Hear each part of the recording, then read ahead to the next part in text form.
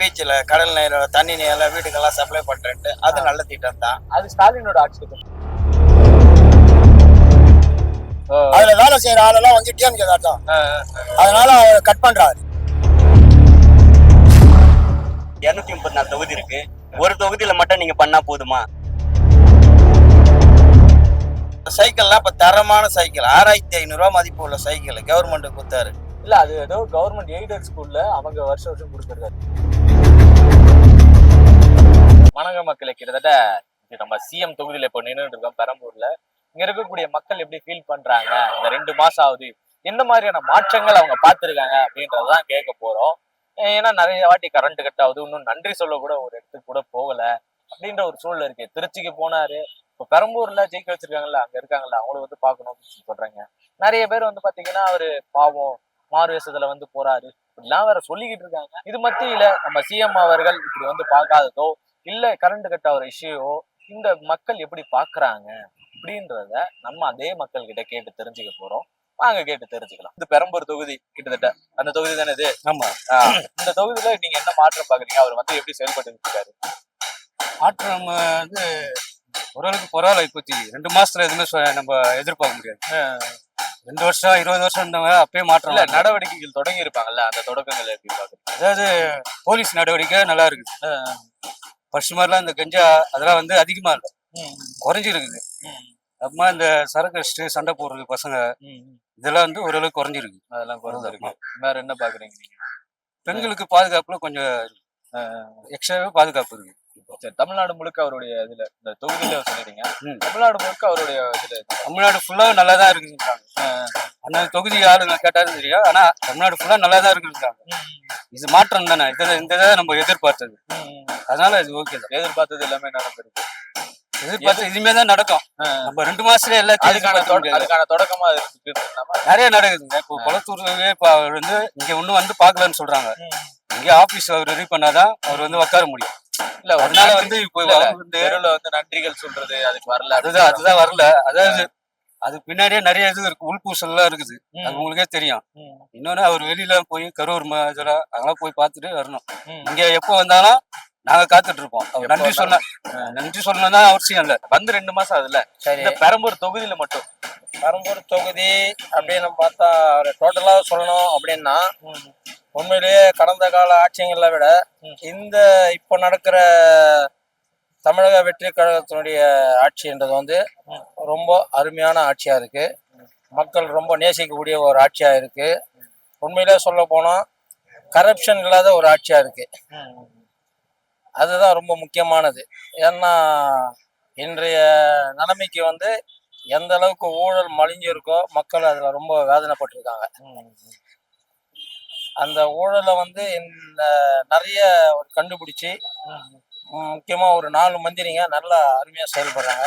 உதாரணத்துக்கு ராஜ்மோகன் அவர் ஒருத்தர், விக்னேஷ் மதுவிலக்கு துறை, பள்ளி கல்வி ராஜ்மோகன், மற்றும் மின்சாரத்துறை அமைச்சர் நிர்மல்குமார், இப்படி ஒரு முதலமை இவங்களுடைய தலைமை சரியா இருந்தா அவங்க கீழே இருக்கிற மந்திரிகளும் வந்து நல்லா செயல்படுவாங்க அப்படின்றது ஒரு முன் உதாரணம். ஐயா, சிஎம் தொகுதி இது வந்து 2 மாசம் ஆகுது, எப்படி பாக்குறீங்க? எப்படி போயிட்டு? சிஎம் தொகுதியை பொறுத்த வரைக்கும் ரொம்ப நல்லா பண்றாரு. நல்லா எங்களுக்கு ரோல்லாம் ரொம்ப பிடிச்சி இருக்கு. மத்த ஆட்சியை விட இந்த ஆட்சி நல்லா இருக்குது. ஆனா சின்ன சின்ன குறைகள் அது அந்த ஆட்சியில எவ்வளவு நாங்க ட்ரை பண்ணி பார்த்தா முடியல. எங்க சிஎம் தொகுதியில வந்து கக்கஞ்சி நகர் இருக்குது, கக்கஞ்சி காலனி இருக்கு, எஸ்ஏ காலனி இருக்கு. இது மாதிரி ஒரு ஸ்லம் கிளியரன்ஸ் போர்டுடைய அலாட்மெண்ட் இடம்லாம் இருக்கு. ஸ்லம் கிளியரன்ஸ் போர்டு 2017லயே சேல் கொடுத்துட்டாங்க. அப்புறம் 2017ல இருந்து ஏடிஎம்கே பிரிண்ட் டிஎம்கே பிரிண்ட் ஃபுல்லா நாங்க தாசில்தார் ஆபீஸ்ல பட்டா அலையாலே நடையிறோம். அந்த ஆன்லைன்ல பே பண்றது 600 பிளஸ் ஒரு 60 ருபீஸ் 4-5 வாட்டி பே பண்ணி போட்டா கூட அவன் வந்து இன்னும் எனக்கு வந்து ஸ்டம் கொடுக்குறேன் டிவைட் பண்ணி அந்த ஏரியா டிவைட் பண்ணி எங்களுக்கு டேலி பண்ணி கொடுக்கல, அங்கெல்லாம் நாங்க வந்து உங்களுக்கு பட்டா இஷ்யூ பண்ண முடியாது சொல்லிட்டு இன்னி வரைக்கும் இருக்காங்க. அது சிஎம் செல்லு கூட மெயில் பண்ணியிருக்கேன். இது வரைக்கும் எந்த பதிலும் இல்லை. எங்களுக்கு அதை கொஞ்சம் ரெக்டிஃபை பண்ணி கக்கஞ்சி நகர், அப்புறம் வந்து கக்கஞ்சி காலனி, எஸ்ஏ காலனி, பக்தவச்சல் நகர், சாஸ்திரி நகர், இதெல்லாம் நம்ம சிஎம் ஏரியால இந்த பட்டா இஷ்யூ பண்ணா எங்களுக்கு நல்லா இருக்கும். 2-3 ஒயின் ஷாப்பை மூட்டாரு, நல்லாதான் டெவலப்ல போய் நிக்குது. வேற என்ன சொல்ல கரண்ட் அடிக்கடி கட் ஆகுதுன்றாங்க. கரண்ட் அடிக்கடினா கட் ஆகுதுன்னா டிஎம்கே காரங்க கரண்ட் எடுத்து போய் கட் பண்றாங்க. அதுல வேலை செய்யற ஆளெல்லாம் வந்து டிஎம்கே கார் தான். அதனால கட் பண்றாரு.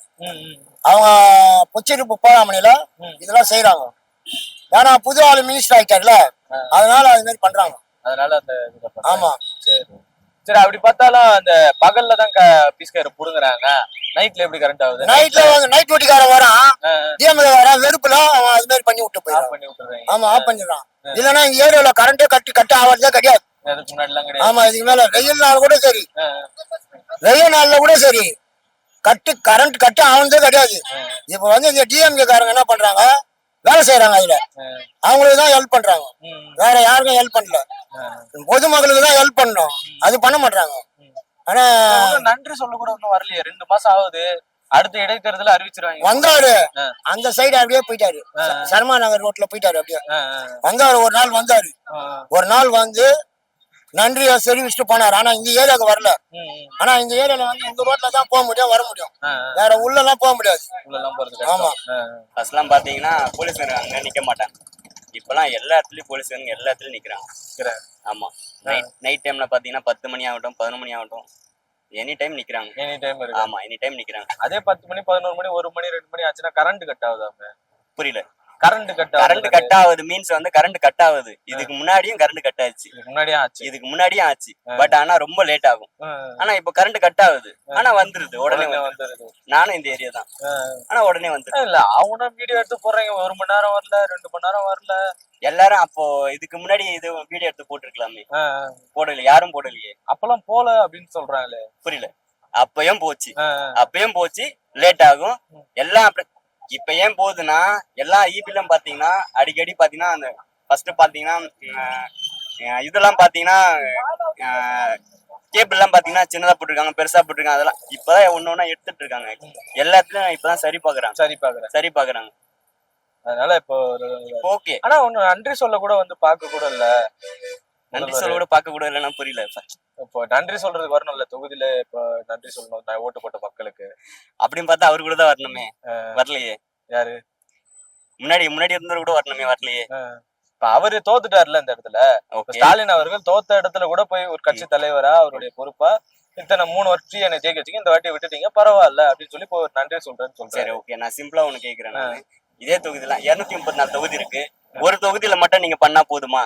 என்னது என்ன சொல்றது, ஒரு தொகுதியில மட்டும் நான் பாருங்க, அங்கங்க பாருங்க, நீச்சல் குளம் ஆகட்டும், எல்லாம் இது குளத்தூர் தொகுதி அவர் தொகுதி, எல்லா தொகுதியும் 34 தொகுதி அவர் தொகுதி தான். 34 தொகுதியிலும் பண்ணணும்ல, ஒரு தொகுதியில மட்டும் பண்ணா அது எப்படியாது? அது இதுக்கு நீங்க பதில் சொல்லுங்க. அது பண்ணி இருக்கணும் தான். இப்ப அவர் வந்தது ஆட்சிக்கு வர்றது ஒரு எதிர்பார்த்தோம், அதே மாதிரி வந்துட்டாப்புல. வந்ததுல நல்லதுதான் நடக்குது. சிங்கப்பெண் திட்டம், அந்த ஒவ்வொரு ஸ்கூல்லயும் நல்ல பாதுகாப்பா இருக்கு. இப்ப பொம்பளை பிள்ளைங்களும் பாதுகாப்பு தான். ஒவ்வொரு பெண்களுக்கும் நான் என்ன சொல்றேன்னா, அவங்கவுங்க பேரண்ட்ஸ் தான் பிள்ளைங்களை பார்க்கணும், சிஎம் வந்து பார்க்க முடியாது இல்லையா? இது அவரே சொல்லிருக்கலாங்க, அதுக்கு முன்னாடி இருக்கும்போது ஸ்டாலின் இருக்கும்போது இதே வார்த்தை அவர் சொல்லியிருந்தா பிரச்சனை சொல்லலாங்க. இல்ல நான் அப்படி சொல்ல வரல, அந்த இடத்த சொல்ல வரல. இப்ப எதுக்குன்னா, நம்ம பெத்தவங்களை வந்து நம்ம தான் பார்க்கணும், நம்ம பிள்ளைங்களை நம்ம பாதுகாக்கணும். அவர் வந்து எதுனா ஒரு ஸ்டெப், இப்ப ஏன்னா ஒரு பாலி ஒன் கடமை நடக்குது, இது போய் கம்ப்ளைண்ட் கொடுத்து ஸ்டெப் எடுக்கலைன்னா அப்ப சிஎம் பொறுப்பாவாங்க. ஆமா. இப்ப வந்து என்னாவது, அது வந்து யாரும் கம்ப்ளைண்ட் கொடுக்கறது கிடையாது. ஏன்னா அது தப்பு இப்ப நடக்கல, சில இதுல நடக்குது, வில்லேஜ் சைடு தான் நடக்குது, இங்க எதுவும் நடக்கிறதுக்கு வாய்ப்பு கிடையாது. ரெண்டாவது வந்து இந்த சிங்கப்பெண் திட்டம், இந்த சைக்கிள்லாம் இப்ப தரமான சைக்கிள் 6500 ரூபாய் மதிப்பு உள்ள சைக்கிள் கவர்மெண்ட் கொடுத்தாரு. இல்ல அது ஏதோ கவர்மெண்ட் எய்டட் ஸ்கூல்ல அவங்க வருஷம் கொடுக்கறது. இல்ல இன்னும் சைக்கிள் கொடுக்கல, இன்னும் கொடுத்துட்டு தொடங்கி இருக்கு, அமுல் படுத்திருக்காங்க.